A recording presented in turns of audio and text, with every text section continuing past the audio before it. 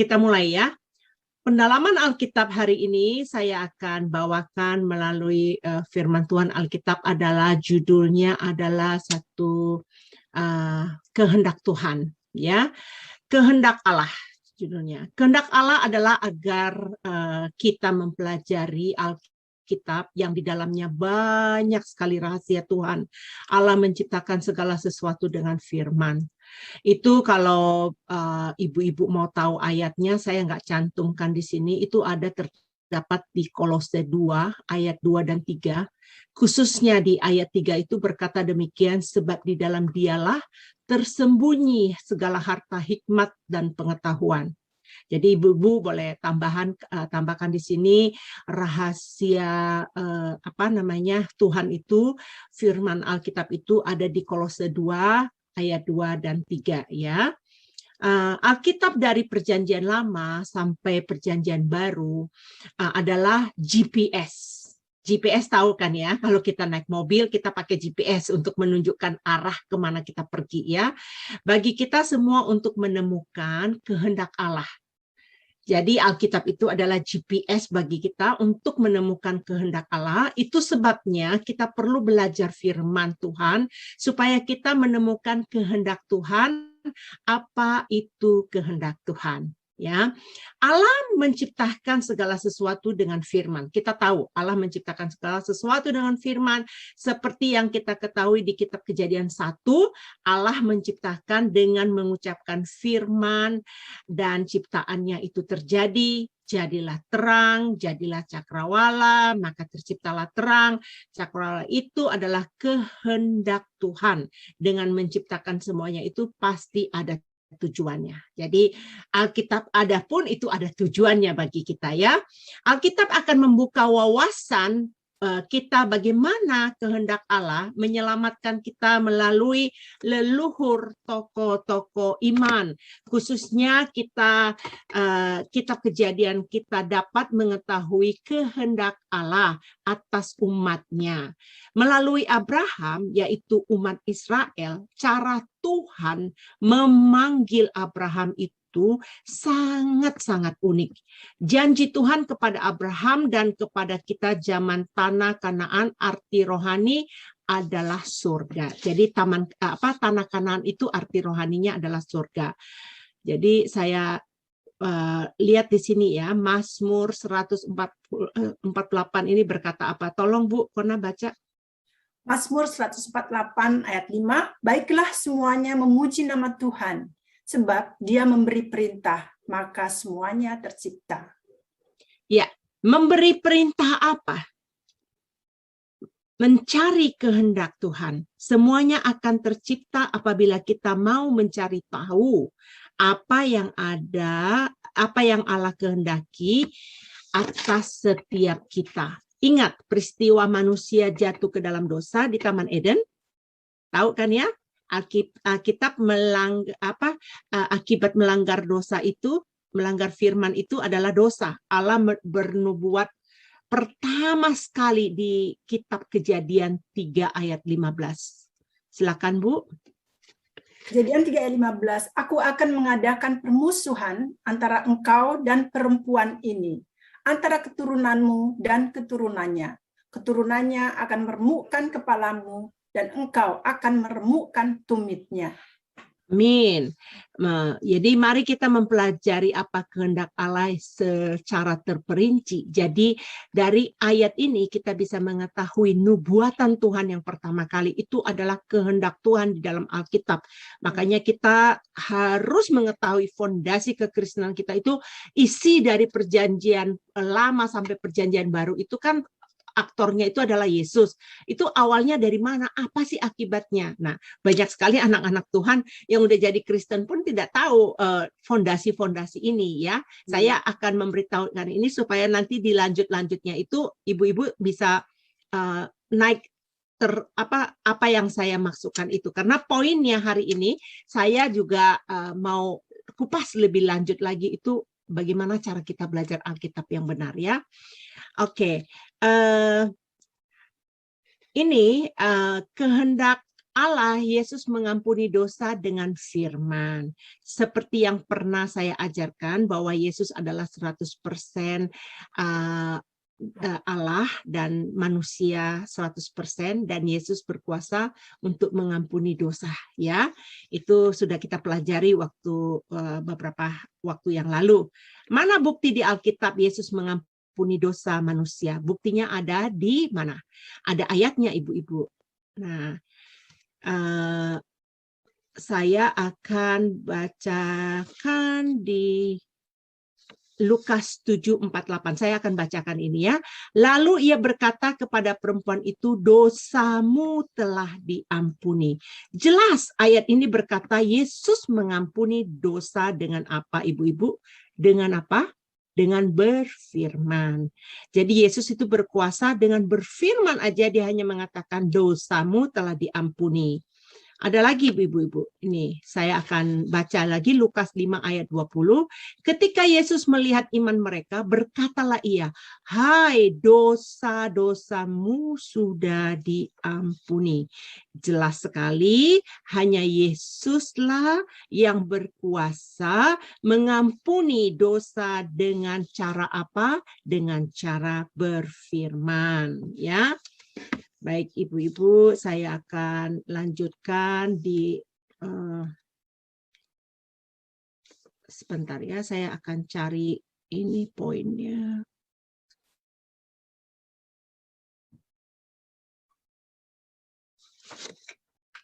Oke, sekarang saya akan sambung yang keduanya ya. Kehendak Allah untuk memulihkan Taman Eden dengan cara apa? Dengan keharusan kita menerima firman. Di dalam Yohanes 5, tolong Ibu bacakan.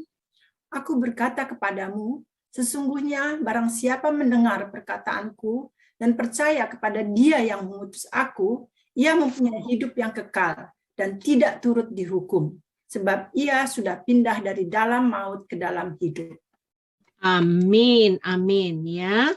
Sangat amin sekali firman-Nya. Akibat dosa maut dikatakan di dalam Roma 3 ayat 23. Ini famous sekali ya. Sangat terkenal sekali sebab upah dosa itu ialah maut ya. Tetapi karunia Allah kita memperoleh kehidupan yang kekal gitu di dalam Yesus Kristus. Penting sekali bagi kita mempelajari firman karena firman itu sama dengan Allah. Ya, kalau kita tahu ayatnya di dalam Yohanes 1 ayat 1, pada mulanya adalah firman, firman itu bersama-sama dengan Allah, dan firman itu adalah Allah. Jadi firman itu adalah Allah sendiri. Kalau kita perhatikan Allah menciptakan segala sesuatu dengan firman, kita dapat mengerti bahwa firman adalah Allah. Sebelum kita bahas tentang mengapa perlu belajar Alkitab, saya mau mengajak ibu-ibu untuk melihat Alkitab itu ada dua sisi. Nah, ini dia.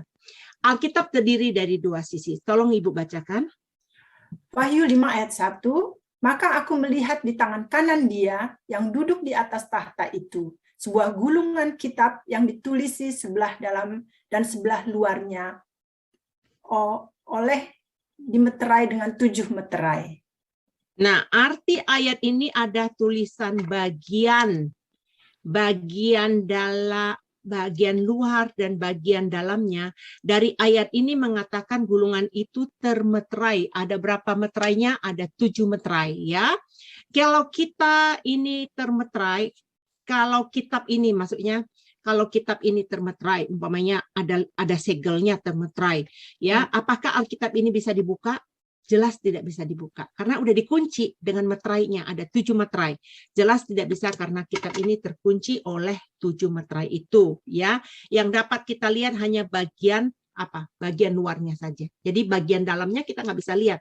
Jadi kayak satu gulungan, ya kita lihat hanya bagian luarnya, bagian dalamnya nggak bisa dilihat. Kenapa? Karena terkunci, ya. Nah, mari kita lihat ayat selanjutnya. Tolong baca, Bu. Wahyu 10 ayat 2, dalam tangannya ia memegang sebuah gulungan kitab kecil yang terbuka. Ia menginjakkan kaki kanannya di atas laut dan kaki kirinya di atas bumi. Nah, kalau ayat ini gulungan kecil yang terbuka, ya. Tapi Wahyu 5 tadi apa? Wahyu 5 itu tadi kitabnya masih tertutup, masih terkunci. Kalau Wahyu 10 udah terbuka, ya. Jadi mari kita baca lagi di Wahyu 10. Silakan, Bu, dibacakan. Wahyu 10, 9-11. Lalu aku pergi kepada malaikat itu dan meminta kepadanya supaya ia memberikan gulungan kitab itu kepadaku. Katanya kepadaku, ambillah dan makanlah, dan ia akan membuat perutmu terasa pahit, tetapi di dalam mulutmu ia akan terasa manis seperti madu. Lalu aku mengambil kitab itu dari tangan malaikat itu, memakannya, di dalam mulutku ia terasa manis seperti madu. Tetapi sesudah aku memakannya, perutku menjadi pahit rasanya. Maka ia berkata kepadaku, engkau harus bernubuat lagi kepada banyak bangsa dan kaum dan bahasa dan raja. Ya, ibu-ibu perhatikan ayat ini, ya. Yohanes meminta firman gulungan kitab diberikan dan disuruh makan oleh malaikat, ya. Setelah dimakan, di mulut itu terasa manis, seperti madu. Tetapi setelah sampai di perut terasa pahit, ya. Coba berpikir sejenak, ya. Pernahkah makan daun pepaya? Kalau saya doyan pepaya, ya, apakah di mulut terasa manis? Tidak, terasa pahit, ya. Nah, setelah tiba di perut, nih, ya, apakah perut mengatakan, pahit, pahit, pahit gitu? Enggak, kan? Enggak ada. Kayaknya saya berkali-kali makan daun pepaya, enggak ada tuh daun pepaya mengatakan di perut saya terasa pahit, ya. Nah, lantas ayat ini apa artinya? Firman di mulut terasa manis seperti madu dan setelah sampai di perut terasa pahit. Apa artinya ini? Ini artinya apa? Ya, waktu kita menerima firman, menerimanya dengan senang, bukan? Banyak tuh kita dengar firman dengan senang. Tetapi waktu mencerna, waktu kita mengaplikasikannya itu, firman itu, waktu kita mau menjadi pelaku firman, ya, firman itu sangat sulit sekali, bukan? Itulah artinya. Manis di mulut, tetapi pahit di perut, ya. Tapi itu harus kita lakukan, ibu-ibu. Perhatikan di ayat 11-nya. Saya baca, ya. Maka ia berkata kepadaku, engkau harus bernubuat lagi kepada banyak bangsa dan kaum dan bahasa dan raja. Ya, ini ayat ini dari kitab Wahyu 10 ini, ya, engkau harus bernubuat lagi. Kenapa dikatakan harus bernubuat lagi? Karena ini pernah dinubuatkan dan Tuhan menyuruh untuk menubuatkannya lagi. Ya, dulu dinubuatkan gulungan kitab yang tertutup dan terus dinubuatkan lagi. Setelah gulungan kitab terbuka, ada keharusan dinubuatkan lagi sampai kepada akhir zaman. Itu apa, saudara-saudaraku? ibu-ibu, itu adalah kehendak Tuhan. Kehendak Tuhan buat kita. Jadi kalau kita belajar firman untuk saat ini untuk apa? Untuk kita bernubuat. Bernubuatnya apa? Untuk menginjil, untuk menyampaikan kepada keluarga kita, kepada anak-anak kita, saudara kita, teman-teman kita ya. Sekarang saya akan masuk ke PowerPoint yang berikutnya. Ini kehendak Allah harus dapat membaca firman dari dua sisi. Bagian luar dan bagian dalamnya. Ditulis di luar itu artinya apa? Itu firman duniawi. Bisa dilihat oleh semua orang. Kalau ditulis di dalam, itu adalah firman yang sorgawi. Harus dilihat secara rohani. Jadi mata kita bisa kita melihat orang secara duniawi, kita bisa melihat orang itu secara rohani. Gitu. Kita bisa menilai. Gitu. Ibu-ibu kalau belajar firman ya, saya yakinkan kepada ibu-ibu kalau kita mengerti bagaimana kita belajar firman, kita dikasih insting yang kuat loh sama Tuhan, dikasih sensitif sama Tuhan, kita dikasih kepekaan yang lebih lagi ya. Contoh ada yang menerima firman duniawi, apa itu firman duniawi? Nah pertanyaannya nih ibu-ibu tanya, Bu Hen, apa tuh firman duniawi? Mengikuti Yesus hanya untuk yang diberkati. Maunya disembuhkan. Ini tipe orang yang mencari berkat saja. Buat saya ini tipe anak-anak. Orang yang baru bertobat cari kesembuhan. Tapi setelah dia bertumbuh di dalam Tuhan, dia nggak cari kesembuhan, dia harus mencari kehendak Allah. Kalau dia hanya mencari kesembuhan aja, mujizat itu masih bayi rohani.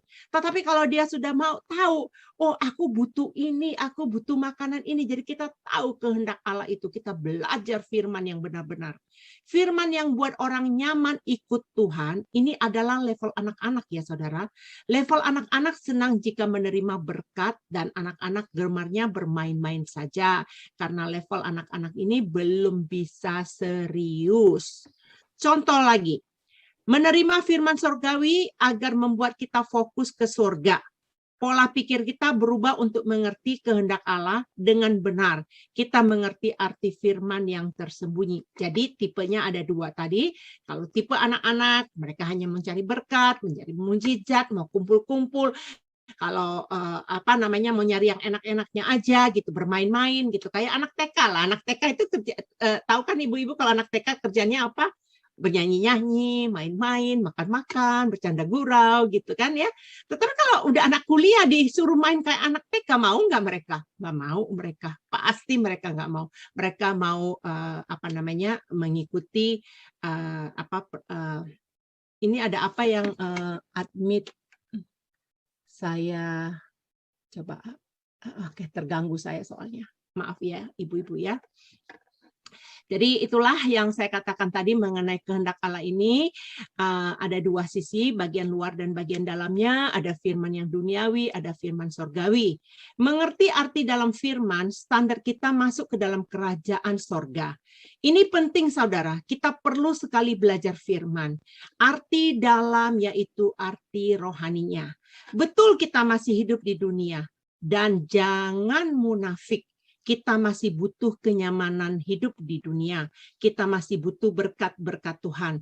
Tapi kita harus sadar semua hal-hal duniawi ini tidak dapat membawa kita ke dalam kerajaan sorga. Jadi stop untuk living di comfort zone. Yang males-males, yang nggak mau mencari kehendak Tuhan, males, stop, bertobat. Stop. Sudah berapa lama kita jadi orang Kristen? Ada yang 5 tahun, ada yang 7 tahun, ada yang 10 tahun, ada yang 15 tahun, 20 tahun, ada berapa? Mau sampai kapan? Adakah orang tua yang maunya anak-anaknya, tetap aja lu umur 5 tahun, soalnya lagi cute-cute-nya. Aduh, lagi lucu-lucunya. Udah tetap aja 5 tahun, nggak usah gede. Kan nggak mungkin ya. Kehendak Tuhan kita bertumbuh di dalam Dia. Karena banyak sekali ayat kalau kita lihat di Perjanjian Baru, itu banyak sekali Tuhan katakan bahwa kita harus tertanam di dalam Tuhan, kita bertumbuh. Tumbuh kita berbuah, berbuahnya sudah tetap lebat lagi. Nah, berarti subur ya. Nah, sekarang saya akan masuk ke PowerPoint berikutnya. Kenapa ada dua sisi? Coba Bu, tolong dibaca ayatnya Bu. Daniel 12, ayat 8 sampai 10. Adapun aku, memang kudengar hal itu, tetapi tidak memahaminya. Lalu kutanya, Tuanku, apakah akhir segala hal ini?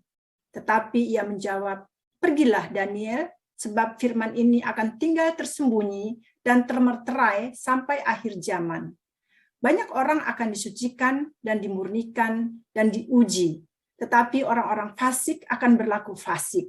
Tidak seorang pun dari orang fasik itu akan memahaminya, tetapi orang-orang bijaksana akan memahaminya. Amin. Kitab Daniel ini nubuatan tentang akhir zaman yang dinubuatkan kepada Daniel, ya. Tuhan menyuruh Daniel mencatat apa yang dilihatnya. Setelah Daniel mencatat, lantas timbul pertanyaan kepada Tuhan. Tuanku, apakah akhir segala ini? Jelas Daniel mengharapkan jawaban dari Tuhan, bukan? Ya. Sayangnya Tuhan menjawab dengan berkata apa? Pergilah Daniel, sebab firman ini akan tinggal tersembunyi dan termeterai sampai akhir zaman. Wih, tersembunyi dan termeterai sampai pada akhir zaman. Ingat, kita yang termeterai, yang kita baca tadi di Wahyu 5 ayat 1 itu loh ya. Tapi di akhir zaman, di zaman kita sekarang ini nih, ya, gulungan kitab terbuka yang tadi kita baca di Wahyu 10 ayat 2, ya. Pada akhir zaman, kitab ini seperti apa? Banyak orang disucikan, dimurnikan, dan diuji. Tetapi orang fasik tetap berlaku fasik. Ngeri sekali, bukan? Ya, ngeri. Orang fasik tidak seorang pun yang akan memahaminya, tetapi orang bijak bisa memahaminya. Sekarang ibu-ibu tinggal pilih, mau menjadi orang fasik atau menjadi orang bijak. Pasti ibu-ibu mau menjadi orang bijak, ya. Seperti apa yang bijak yang bisa memahami firman, dan seperti orang yang Farisi yang tidak dapat memahami firman. Saya akan, ya ini, tolong ibu bacakan. 1 Korintus 2 ayat 14. Tetapi manusia duniawi tidak menerima apa yang berasal dari Roh Allah, karena hal itu baginya adalah suatu kebodohan, dan ia tidak dapat memahaminya, sebab hal itu hanya dapat dinilai secara rohani. Ya, firman ini harus dibaca berkali-kali ya nanti ya. Setiap kita membaca firman yang tidak dapat memahami nilai secara rohani, kita belum mencapai apa? Belum mencapai level kehendak Allah. Ya, saya akan mengajarkan kepada ibu-ibu untuk mengerti, mempelajari secara arti rohaninya. Ya, apa bukti di Alkitab ada dua sisi? Nih, saya buka PowerPoint berikutnya. Silakan Bu dibacakan. Ibrani 10 ayat 1, di dalam hukum Taurat hanya terdapat bayangan saja dari keselamatan yang akan datang, dan bukan hakikat dari keselamatan itu sendiri. Karena itu dengan korban yang sama, yang setiap tahun terus-menerus dipersembahkan, hukum Taurat tidak mungkin menyempurnakan mereka yang datang mengambil bagian di dalamnya. Amin. Kalau kita hanya menerima firman duniawi, itu belum cukup. Kenapa? Kita harus menerima firman yang sorgawi. Tujuannya agar kita lebih mengenal siapa? Allah Bapa Sorgawi kita. Supaya apa kita mengenal Allah Bapa Sorgawi? Supaya kita mengetahui mana kehendak Allah. Mana itu kehendak Tuhan. Kalau kita tidak tahu firman, bagaimana kita bisa menginjili orang lain? Jadi kita harus tahu firman, ya. Di Ibrani 10 ayat 1 itu ada ayat berkata hukum Taurat itu bayangan saja, bukan hakikat, dan hukum ini itu seperti itu sendiri hanya bayangan saja. Bayangan siapa? Bayangan Yesus. Tadi mana saya lihat ya, Ibrani 10. Di dalam hukum Taurat hanya terdapat bayangan saja. Ini dia ibu-ibu di Ibrani 10. Di dalam hukum Taurat hanya terdapat bayangan saja. Jadi Ibrani 10 itu Bayangan siapa? Yaitu bayangan Yesus Kristus, ya. Perhatikan isi Alkitab Perjanjian Lama. Hukum Taurat itu adalah bayangan. Aslinya siapa? Yang seperti kita tahu tadi adalah Yesus Kristus.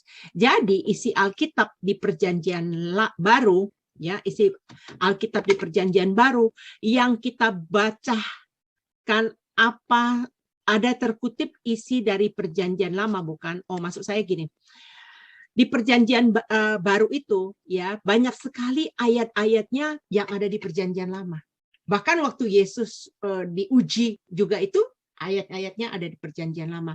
Jadi apa yang di Perjanjian Lama itu nanti digenapi di Perjanjian Baru, ya. Bayangan itu apa? Yang ditulis di luar, yang memiliki pengajaran duniawi, sedangkan kewajiban kita harus mengerti yang aslinya, pengajaran yang sorgawi. Tahu nggak kenapa kita harus belajar yang arti aslinya? Ada yang tahu? Saya kasih jawabannya, ya. Tujuan kita belajar yang asli agar kita mengerti rahasia yang tersembunyi di dalam Alkitab. Yang tadi di Kolose 2 ayat 2 dan 3. Mengapa kita harus belajar yang sorgawi? Ini adalah karena kehendak Allah agar kita mengenal Dia. Jadi saya memberikan pertanyaan, saya memberikan jawaban juga, ya, ibu-ibu, ya. Nah, sekarang kita masuk ke poin yang berikutnya. Silakan Ibu membacanya. Galatia 4 ayat 22 sampai 24. Bukankah ada tertulis bahwa Abraham mempunyai 2 anak, seorang dari perempuan yang menjadi hambanya dan seorang dari perempuan yang merdeka? Tetapi anak dari perempuan yang menjadi hambanya itu diperanakkan menurut daging, dan anak dari perempuan yang merdeka itu oleh karena janji. Ini adalah suatu kiasan, sebab kedua perempuan itu adalah 2 ketentuan Allah. Yang satu berasal dari Gunung Sinai dan melahirkan anak-anak perhambaan, itulah Hagar. Ya, lihat ibu-ibu di Galatia 4 22 sampai 24 ini, ayat 24-nya baca, ya. Ini adalah suatu kiasan. Jadi ini kan yang dibicarakan ini kan sejarahnya Abraham, ya. Nah, sejarah Abraham, terus ini adalah sebagai kiasan. Nah, kiasannya di mana, gitu, ya? Abraham benar-benar eksis loh, ya. Kalau kita bersyukur kita Kristen ini dibandingkan dengan saudara kita sepupu sana yang dari Ismail itu, kita betul-betul sangat eksis. Bukti fakta dari sejarah Abraham itu ada betul dicatat di dalam Alkitab. Kitab Galatia ini juga dikatakan adalah kiasan dari anak Abraham, ada anak janji dan ada anak daging, ya. Nah, di dalam sejarah Alkitab ada kiasan yang harus kita pelajari. Alkitab artinya maksudnya yang arti duniawinya itu anaknya si Hagar. Tetapi kalau si Sarah itu anak arti rohaninya si Sarah. Di akhir zaman di mana posisi kita adalah posisi daging atau di posisi rohani. Jadi mengerti nggak ibu-ibu, ya? Agak sedikit complicated, ya.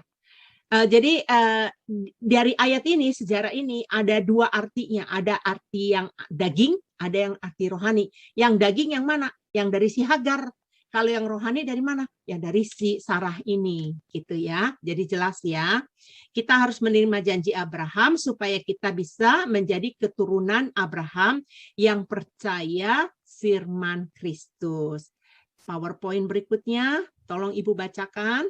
Roma 1 ayat 20, sebab apa yang tidak nampak daripadanya, yaitu kekuatannya yang kekal dan keilahiannya, dapat nampak kepada pikiran dari karyanya sejak dunia diciptakan, sehingga mereka tidak dapat berdalih. Amin, amin. Tidak ada alasan orang menyangkal bahwa saya tidak membaca firman, ya, atau mengatakan saya tidak mengenal Tuhan. Contoh orang-orang di pelosok nih, yang tidak mendengarkan firman Tuhan, ya, dan mereka berdalih saya tidak pernah menerima firman. Ini bukan satu alasan yang berdalih. Tahu kenapa? Ini bukti bahwa tidak dapat menyangkal keberadaan Tuhan. Jadi kitab Roma ini melalui ciptaannya akan bumi ini tidak bisa menyangkal bahwa Tuhan itu ada, ya. Saya akan masuk jelas firman, jadi jelas firman Roma ini segala ciptaan adalah kiasan. Dikatakan apa? Melalui ciptaannya akan bumi ini tidak bisa menyangkal bahwa Tuhan itu ada. Dengan melihat segala ciptaan yang ada di bumi, pasti tahu adanya Tuhan, saudara. Manusia tidak bisa menciptakan matahari, bukan? Apakah bisa manusia menciptakan matahari? Apakah manusia bisa menciptakan bulan? Apakah manusia bisa menciptakan bintang, bintang-bintang di langit, dan lain-lainnya? Tidak bisa. Jadi dengan melihat ada bintang, ada bulan, itu udah kiasan. Berarti ada Tuhan yang menciptakannya, karena manusia tidak sanggup melakukannya itu. Masuk ke poin berikutnya, silakan Bu, baca di Yohanes 5 ayat 39. Yohanes 5 ayat 39, kamu menyelidiki kitab-kitab suci, sebab kamu menyangka bahwa olehnya kamu mempunyai hidup yang kekal. Tetapi walaupun kitab-kitab suci itu memberi kesaksian tentang aku. Ya, amin. Hukum Taurat bayangan yang memberikan kesaksian. Tuhan Yesus pertama isi Alkitab, baik dari perjanjian lama sampai ke perjanjian baru, memberikan kesaksian tentang Yesus. Saya berkali-kali menceritakan ini ya, perjanjian lama sampai perjanjian baru, itu memberikan kesaksian tentang Yesus Kristus. Betul, isi Alkitab memberitahukan sejarah bangsa Israel, tetapi isinya tentang siapa? Yaitu tentang Yesus. Fakta Alkitab memberikan kesaksian tentang Yesus. Yesus itu karena apa? Karena dia adalah aktor utama di dalam Alkitab. Coba Ibu baca di dalam 1 Korintus 10 ayat 11. Semuanya ini telah menimpa mereka sebagai contoh dan dituliskan untuk menjadi peringatan bagi kita yang hidup pada waktu di mana zaman akhir telah tiba. Amin, amin. Ayat 1 Korintus 10 ayat 11 ini sangat jelas, semua ini adalah contoh bagi kita, sebagai peringatan bagi kita yang hidup di zaman akhir ini. Ya, pertanyaannya, apakah kita dapat melewati akhir zaman jika kita tidak mengerti kehendak Allah? Ada nggak yang bisa hidup sampai saat ini, berjalan itu jadi buta, saudara-saudara? Bisa mengerti kehendak Allah nggak kalau dia nggak tahu apa-apa tentang Allah? Nggak mungkin, ya. Jawabnya jelas sekali, tidak ada yang dapat melewati akhir zaman tanpa mengerti kehendak Allah. Pastikan setiap kita mengerti kehendak Allah dengan apa? Dengan belajar firman yang benar. Ya, dengan yang benar. Sedikit Henny kelihatannya, Ibu Henny ini terlalu saklek ya ngomongnya, nggak ada pilihan lain, saudara. Tidak ada pilihan lain. You mau nggak mau harus ikutin. Kalau tidak mau belajar firman yang benar, kamu nggak akan mengerti kehendak Allah. Ya, mari kita masuk ke poin berikutnya. Mengapa harus belajar Alkitab? Ya, ini belajar Alkitab ini saya bawa sedikit. Nanti kalau Tuhan izinkan, Tuhan berkenan semuanya, dia akan mendatang. Saya akan membahas lagi lebih luas lagi mengapa kita harus belajar Alkitab. Jadi poin satunya adalah tidak mengerti Alkitab, kita disebut sesat. Di Matius 22 ayat 29, Yesus menjawab mereka, kamu sesat sebab kamu tidak mengerti kitab suci maupun apa? Kuasa Allah. Jadi jelas ya, firman Tuhan ini kita harus belajar Alkitab, arti luar dan arti dalam. Jadi kita harus belajar arti luar dan arti dalam ya, supaya kita tidak tersesat. Poin yang keduanya, mengapa kita harus belajar Alkitab? Ya, ini iman timbul dari pendengaran apa? Pendengaran firman Tuhan. Itu ada ya di dalam Roma 10 ayat 17. Jadi iman timbul dari pendengaran dan pendengaran oleh firman Tuhan. Kebanyakan orang jika ditanya punya iman, pasti jawabannya punya. Orang yang mengatakan punya iman, tapi tidak mau belajar firman, tidak membaca firman Tuhan. Apakah orang tersebut tergolong punya iman? Nah, iman apa dulu yang didapat? Ya, iman macam apa kalau dia mengatakan dia punya iman tapi dia tidak membaca firman, dia tidak mau belajar firman, yang dia suka cuma dengar-dengar aja kesaksian. Tapi karena gini, ibu-ibu, sikap seorang murid itu beda. Kalau murid itu mau dimuridkan. Nah, itu sikap seorang murid ya. Jadi kita harus punya sikap seorang murid ya. Iman timbul dari pendengaran, sudah kita pelajari tadi. Pertanyaannya, apakah mendengarkan kesaksian dapat menambah iman? Nah, saya tanya ibu-ibu. Tadi nih ya, ada ibu memberikan kesaksian sangat luar biasa. Ya, apakah kita mendengarkan firman-Nya itu menambahkan iman kita? Ada yang boleh jawab? Kalau ayat ini jelas mengatakan bahwa iman kita itu timbulnya kalau kita mendengar firman Tuhan. Jadi kesaksian tadi yang kita dengar itu kita memuliakan Tuhan. Wow, Tuhan itu dahsyat kehendaknya. Akhirnya dia menyelamatkan anaknya itu selamat gitu. Memberikan sukacita, memberikan pertolongan yang besar. Jadi kita mengetahui kuasa Tuhan yang luar biasa. Mujizat masih berlaku. Saya bukan anti mujizat ya ibu-ibu ya. Saya masih percaya bahwa mujizat masih berlaku sampai saat ini. Kalau enggak, ngapain kita berdoa dong sama Tuhan? Kita minta Tuhan, tolong Tuhan, sembuhkan kami Tuhan, jauhkan kami dari mara bahaya. Karena doa Bapa kami itu juga kan mengatakan itu, jauhkan kami dari ini. Kita masih percaya. Tetapi yang saya ajarkan di sini ini, kita menjadi Kristen yang dewasa, bukan Kristen yang anak-anak lagi ya. Nah, iman itu timbul dari pendengarkan firman. Kenapa? Karena firman Kristus adalah Alkitab dari perjanjian lama sampai ke perjanjian baru, memberikan kesaksian tentang Yesus tadi yang saya ucapkan. Dulu waktu saya berada di gereja lama nih, ibu-ibu, saya memberikan kesaksian. Bapak pendeta berkata kepada saya gini, Bu Hen, nggak perlu, nggak penting mempelajari perjanjian lama. Karena itu adalah sejarah, karena itu adalah bayangan nanti di perjanjian baru, katanya gitu. Yang penting ya nih Bu Hen ya, katanya tahu isi perjanjian baru aja, katanya gitu. Untung ya pada saat itu tidak ada yang menahan saya ingin tahu tentang isi Alkitab. Saya ingin tahu banget, haus banget, ingin belajar apa itu isi Alkitab. Nah, jadi itu tidak membuat saya berhenti dengan omongan Bapak pendeta. Kalaupun ada teman saya ini, kamu nggak usah belajar terus firman Tuhan, nggak akan saya dengar, nggak akan saya gubris, karena saya tahu kehendak Allah itu apa dalam hidup saya, ya. Nah, semua karena kasih anugerah atas hidupku yang menuntun saya bertemu gereja sekarang ini, ya. Saya bergereja di gereja aliran sejarah penebusan, ibu-ibu. Kalau ibu-ibu mau tahu dari mana, saya dari gereja Presbyterian, ya, dari sejarah penebusan. Nah, dulu saya awalnya dari Katolik, saya Pantekosta, ke Betel, udah jalan-jalan kemana-mana, keliling-keliling kota. Udah waktu-waktunya saya udah melihat yang sana sini. Akhirnya Tuhan menaruh kepada saya untuk betul-betul bagaimana saya supaya tumbuh dewasa. Nah, saya menemukan di tempat sejarah penebusan yang mengajarkan saya, yang saya bagikan ke ibu-ibu ini, sebagian memang saya dapatkan dari sekolah Alkitab saya yang di tempat lain, saya juga campurkan di tempat yang saya dapatkan sekarang ini, ya.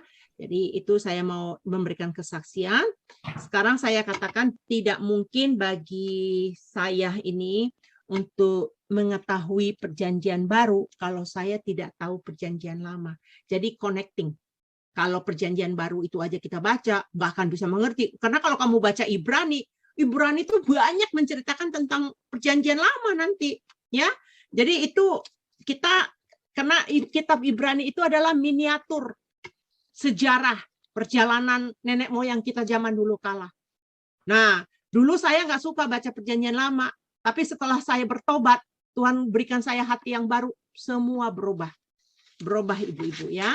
Sekarang saya majukan mengapa kita harus belajar di poin yang ketiga ini. Silakan Bu baca Roma 12 ayat 2. Janganlah kamu menjadi serupa dengan dunia ini, tetapi berubahlah oleh pembaharuan budimu, sehingga kamu dapat membedakan manakah kehendak Allah, apa yang baik, yang berkenan kepada Allah, dan yang sempurna. Iya, untuk mengetahui kehendak Allah, kita harus belajar firman. Jika kita tidak belajar firman, kita tidak mengenal kehendak Allah. Tapi kita akan mengenal diri kita sendiri. Sedangkan firman Tuhan katakan jangan kamu serupa dengan dunia ini. Jadi ayat ini Roma 12 ayat 2 ini mengatakan kita jangan serupa dengan dunia ini. Materi pelajaran kita akan dapat mengerti lebih luas apabila kita mempelajari apa itu filsafat. Intinya filsafat adalah pengetahuan yang didapatkan. Tergantung pengetahuan itu dari pemahaman diri sendiri atau pemahaman dari firman Tuhan. Itulah sebabnya mengapa kita harus belajar firman dengan benar supaya mendapatkan filsafat yang benar, ya. Nah, yang poin keempatnya Ibu tolong baca Yohanes 3 ayat 12, Bu. Kamu tidak percaya waktu aku berkata-kata dengan kamu tentang hal-hal duniawi. Bagaimana kamu akan percaya kalau aku berkata-kata dengan kamu tentang hal-hal surgawi? Nah, itu jelas sekali ya Yesus berkata ya. Mungkin ada yang bertanya, apa itu firman duniawi? Firman duniawi itu yang diartikan tidak sesuai dengan kehendak Allah. Memakai hikmat manusia, ya, yang tidak mengerti isi keseluruhan isi Alkitab. Saya juga dulu tercemar. Saya pernah percaya karena dia pendeta, apa yang diajarkan saya telan bulat-bulat gitu. Tetapi setelah saya belajar eksegesi firman Tuhan, mengartikan firman itu secara benar, baru saya mengerti, waduh, saya udah salah. Saya harus diganti kantong anggur saya yang baru supaya saya diperbaharui dengan firman yang baru, dengan firman yang surgawi. Kalau saya mendengarkan pengajaran firman oleh siapapun, saya akan ukur dengan barometer firman Tuhan. Nah, karena udah tahu, jadi diukur sekarang. Benar nggak ini firman Tuhan? Jika nggak mengerti firman, lantas bagaimana cara ngukurnya?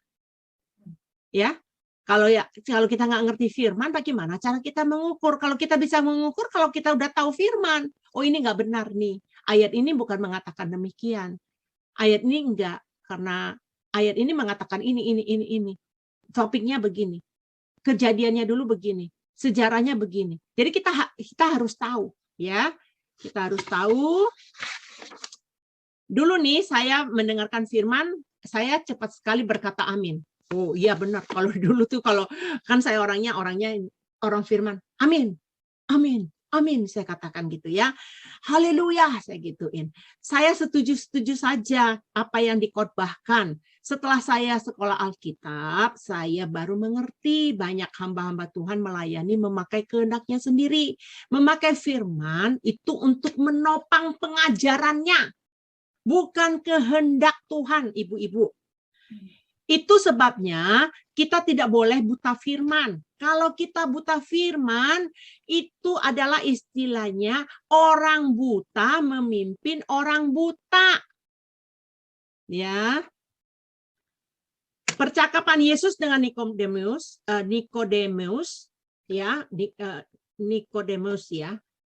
menyatakan Yesus datang membawa hal-hal surgawi. Yesus membawa firman surgawi. Banyak yang tidak bisa menangkap maksud Tuhan Yesus. Firman surgawi hanya dapat ditangkap oleh anak-anak Tuhan yang tahu kehendak Tuhan. Perhatikan Yesus berkata apa di Yohanes 3 ayat 12 ini. Aku berkata-kata dengan kamu tentang hal-hal duniawi. Bagaimana kamu akan percaya kalau aku berkata-kata dengan kamu tentang hal surgawi? Ini direnungkan nanti ibu-ibu. Baca, renungkan. Temukan ini jawabannya sendiri. Jangan tanya saya karena saya sudah ajarkan ya. Jadi nanti ayat ini PR ibu-ibu, renungkan apa yang dimasukkan Tuhan Yesus itu. Kita masuk ke dalam poin berikutnya. Mengapa kita harus belajar Alkitab poin kelima? Bukan berseru-seru Yesus, tetapi kehendak Bapa. Matius 7 ayat 21 ayat 23 berkata, bukan setiap orang yang berseru kepadaku, Tuhan, Tuhan, aku masuk ke dalam kerajaan sorga. Melainkan dia yang melakukan kehendak. Ini, melakukan kehendak Bapakku yang di sorga. Pada waktu itulah aku akan berterus terang kepada mereka dan berkata, aku tidak pernah mengenal kamu. Enyahlah daripadaku, kamu sekalian pembuat kejahatan. Ada nggak ibu-ibu yang mau dikatakan Tuhan Yesus? Nggak ada ya. Saya percaya ibu-ibu tidak akan mau ya. kasihan sekali loh, pada akhir zaman Yesus berkata, aku tidak mengenal kamu, enyala daripadaku, kamu sekalian pembuat kejahatan. Jadi kalau orang yang tidak tahu kehendak Allah, itu kita pembuat kejahatan. Sebelum waktu itu orang bisa melakukan berbagai hal, mengusir setan, bernubuat, melakukan mujizat, tetapi pada akhir zaman Yesus berkata, aku tidak mengenal kamu, katanya gitu. Semenjak saya memahami kehendak Allah dalam diriku, aku belajar firman, barulah saya mengerti kehendak Allah supaya saya tidak tersesat diombang-ambingkan dengan pengajaran firman dunia.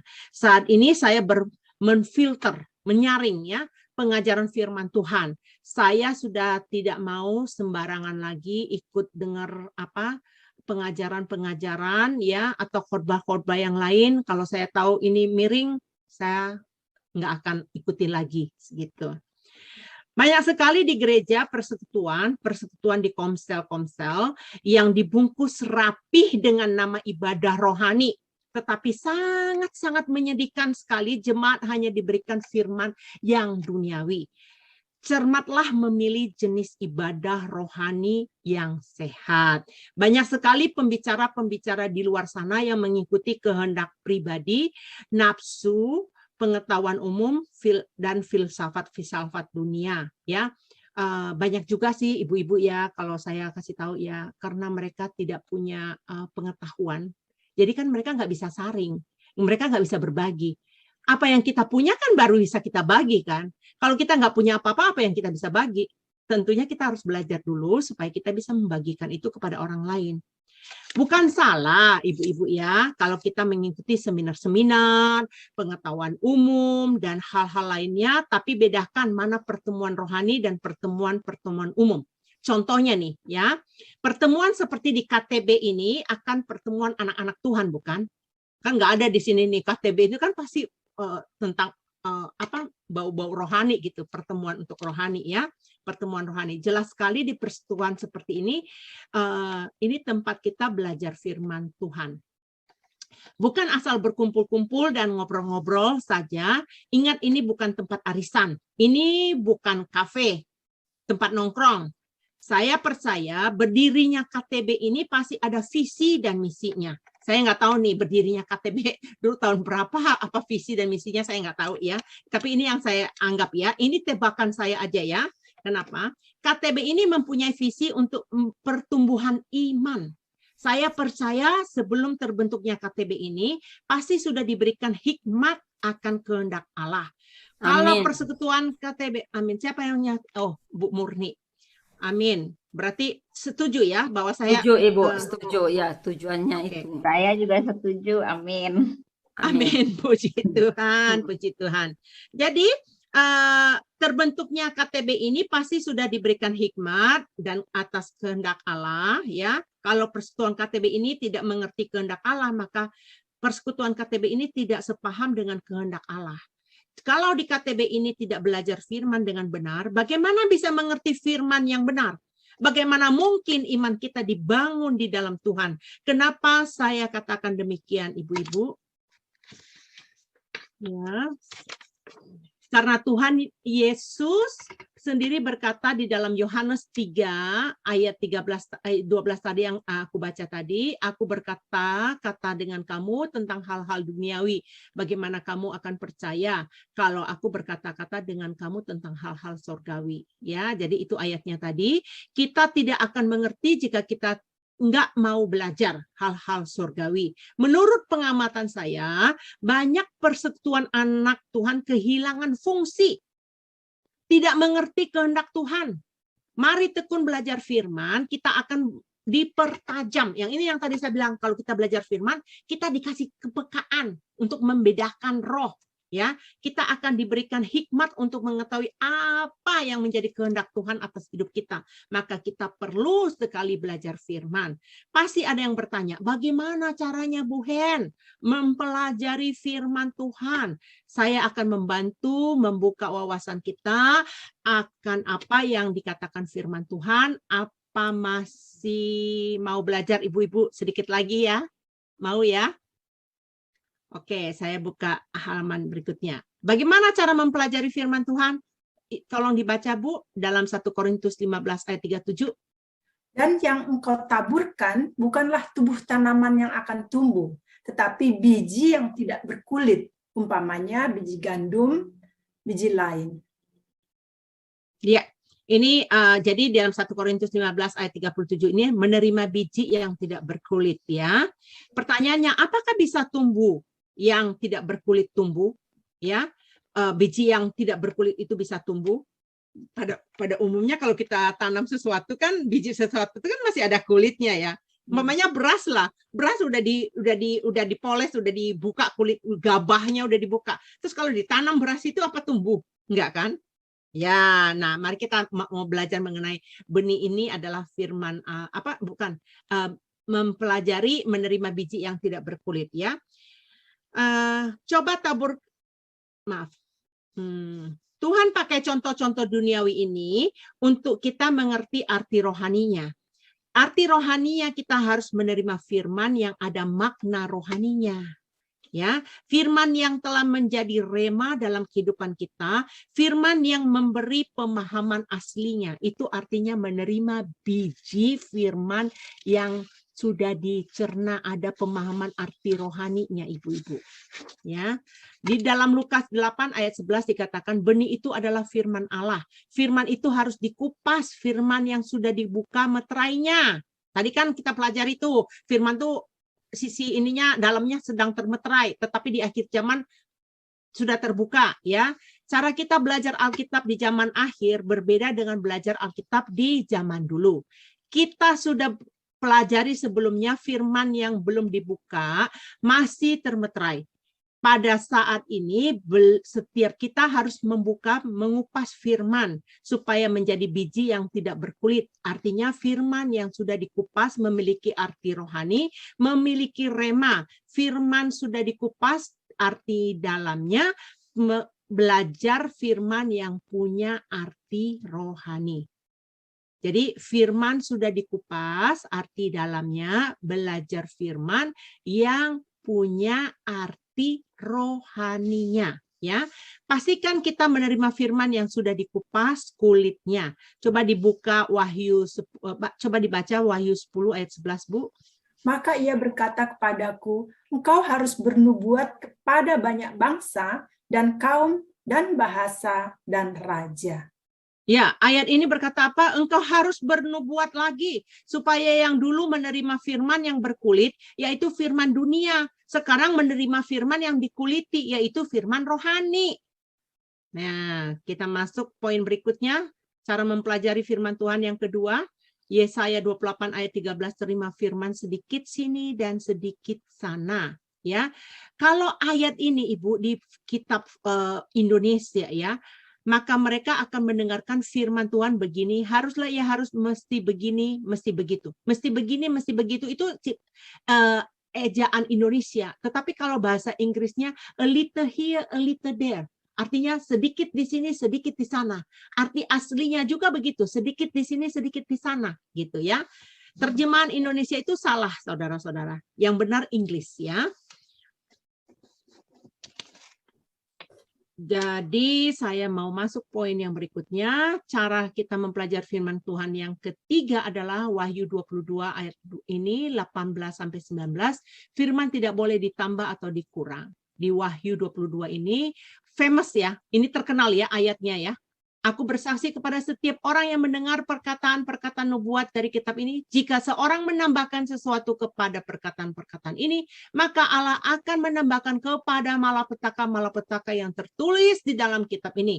Dan jikalau orang mengurangkan sesuatu dari perkataan-perkataan dari kitab nubuat ini, maka Allah akan mengambil bagiannya dan dari pohon kehidupan dan dari kota kudus, seperti yang tertulis di dalam kitab ini. Ya, jadi itulah firman Tuhan yang ada di dalam Wahyu 22, ya. Arti ayat ini, firman tidak boleh ditambah dan tidak boleh dikurang, harus apa adanya, tidak boleh ditambahkan dengan ragi manusia. Ragi manusia itu filsafat manusia, ya, hikmat manusia, pendapat manusia, pengetahuan manusia. Itu tidak boleh dicampur baurkan. Mempersembahkan roti kepada Tuhan harus tidak beragi. Ragi artinya adalah filsafat manusia. Kita sudah pernah tahu ayat itu ya, bahwa kita nggak boleh ada ragi dalam ragi manusia itu karena filsafat manusia, pengetahuan manusia. Saya ada pelajaran saya dapat di sekolah teologi yang mengenai filsafat ini. Nanti kalau Tuhan izinkan saya akan mengumpulkan pelajaran ini. Kalau Tuhan izinkan saya akan membagikan jadi mengerti filsafat itu apa gitu ya.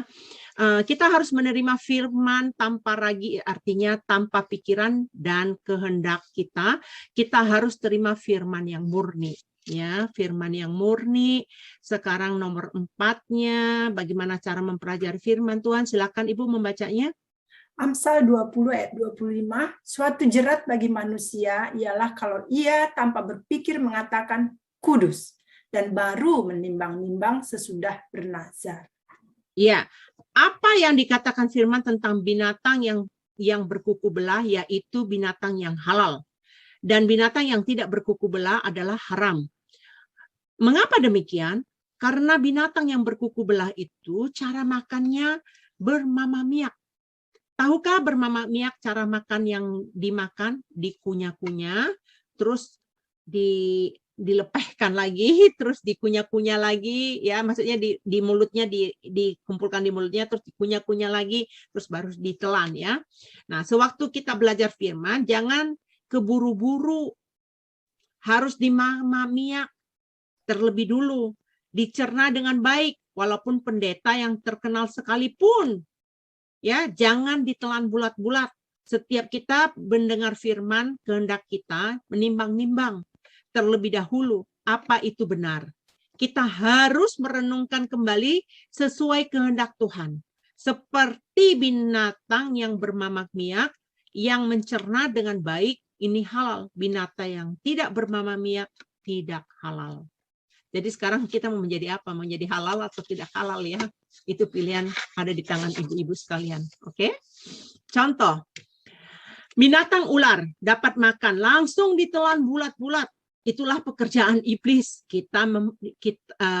Cara kan udah tahu ya, kalau ular itu kalau nangkep masuk terus ditolak, dikoprok, langsung ditelan gitu ya. Itu pekerjaan iblis itu, saudara. Saya udah pernah mengajarkan ya mengenai karakteristik iblis dulu. Saya udah pernah ajarkan itu, masih ada yang ingat? Mudah-mudahan masih ada yang ingat ya pelajaran itu. Binatang ular dapat makanan langsung ditelan bulat-bulat. Itulah pekerjaan iblis.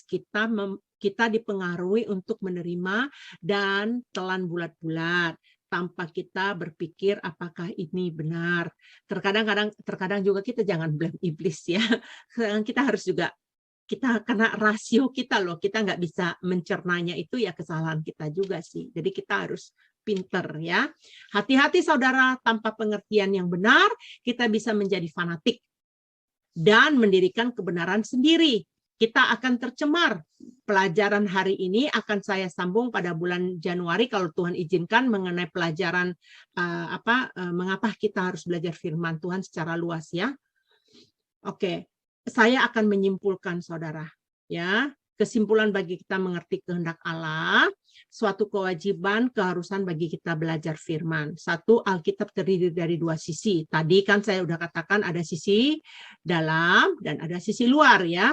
Bukti kehendak Allah dalam Alkitab dalam dua sisi ya. Dan ini adalah hukum Taurat, itu adalah bayangan dari Yesus. Sejarah Abraham adalah kiasan. Itu siapa? Hagar. Hagar yang dunia, yang Sarah yang sorgawi. Tidak ada yang dapat menyangkal adanya Tuhan melalui ciptaannya. Itu kiasan. Ciptaannya itu ada bulan, ada bintang, itu ya. Tidak ada yang bisa menyangkal adanya Tuhan ya. Firman Tuhan memberikan kesaksian tentang Yesus ya. Itu bukti ya. Nah, sekarang yang nomor 3-nya, mengapa kita harus belajar Alkitab? Itu jika tidak mengerti firman, kita tersesat. Iman timbul dari pendengaran firman Tuhan, agar kita tidak membedakan kehendak Allah, supaya kita tahu firman yang duniawi dan firman yang sorgawi, supaya kita tidak ditolak pada akhirnya. Nanti pada akhirnya nih, enyalah engkau, aku tidak mengenal engkau. Ya tentu kita nggak ada yang mau ya. Dan yang keempat, cara mempelajari Alkitab adalah menerima firman seperti biji yang yang tidak berkulit. Ya, jadi harus dicerna, ada arti rohaninya gitu. Menerima firman sedikit di sini, sedikit di sana, itu artinya apa? Keseluruhan firman Tuhan. Bukan sedikit di sini, sedikit di sana, itu aja yang diambil. Enggak. Nanti firman Tuhan itu seperti parcel di dalam pikiran kita. Oh, firman ini berkata begini, firman ini berkata demikian, firman ini berkata demikian. Nah, itulah jadi barometer kita di dalam firman Tuhan itu. Jadi firman itu sedikit demi sedikit, sedikit demi sedikit, keseluruhan firman itu tertumpuk. Nah, ibu-ibu bertanya, oh Bu Heni udah hebat dok. Enggak, saya enggak hebat. Makanya saya masih perlu mau belajar. Enggak ada batasnya. Sampai kapan kita belajar? Sampai kita mati. Karena senior pastor saya mengatakan demikian. Jangan berhenti belajar. Sampai di akhir hidupnya, senior pastor saya mengatakan, dia terus memotivasi kami untuk belajar firman Tuhan. Jadi harus bisa memisahkan diri kita dari hal-hal duniawi ya. Nah, terus kemudian firman tidak boleh ditambah dan tidak boleh kurang. Yang tadi kita baca di kitab Wahyu, menerima firman dicerna, dimamamia gitu. Terus kita menimbang-nimbangnya gitu ya. Diperlukan keseriusan, tekad, komitmen ya, untuk kita semua mengetahui kehendak Allah, untuk hidup dalam kehendak Allah. Di dalam Alkitab ada seorang nabi, ibu-ibu. Ini saya mau menceritakan tentang kesaksian saya, ya. Seorang nabi ini mendapatkan kasih karunia.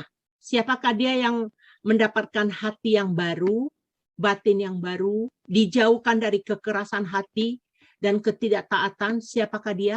Ada yang tahu? Ada nabi yang terkenal? Yeremia.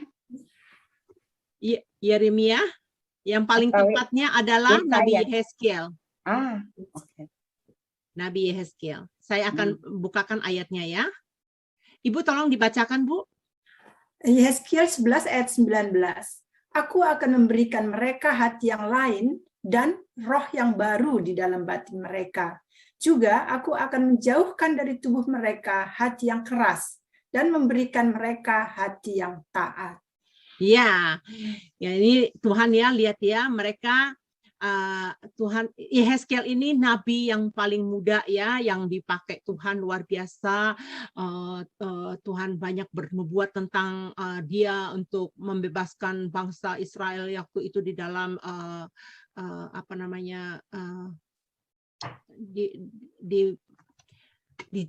ditawan ya. Nah, Nabi Yehezkiel ini berkata kepada kepada Yehezkiel ini akan diberikan hati yang baru di dalam batin mereka. Jadi mereka itu maksudnya kepada umat Israel. Pada saat itu hati mereka tuh batin mereka tuh udah tercemar gitu loh. Ya, terus aku akan menjauhkan dari tubuh mereka hati yang keras dan memberikan hati yang taat. Waktu saya membaca firman Tuhan ini, saya berkata, Tuhan, I want it. Aku mau ini Tuhan. Aku juga berharap ibu-ibu punya satu keinginan untuk diberikan batin yang baru, ya, supaya dijauhkan hati yang keras gitu ya. Nah, ada satu lagi ayatnya, ini di Yehezkiel 36. Ini jelas sekali saya dapat firman ini di akhir tahun 11 tahun yang lalu ya. Kalau nggak salah 11-12 tahun yang lalu. Saya lupa nyatatnya tahun berapa. Malam tahun baru Tuhan berbicara kepada saya gini. Kamu akan kuberikan hati yang baru dan roh yang baru di dalam batinmu. Dan aku akan menjauhkan dari tubuhmu hati yang keras. Dan kuberikan kepadamu hati yang taat. Nah, saya berdoa ya, ibu-ibu juga akan mendapatkan ini untuk mendapatkan kasih karunia. Saya firman Tuhan saya udah sampaikan sampai saat ini. Saya mau ibu-ibu merenungkan pelajaran apa yang telah saya sampaikan.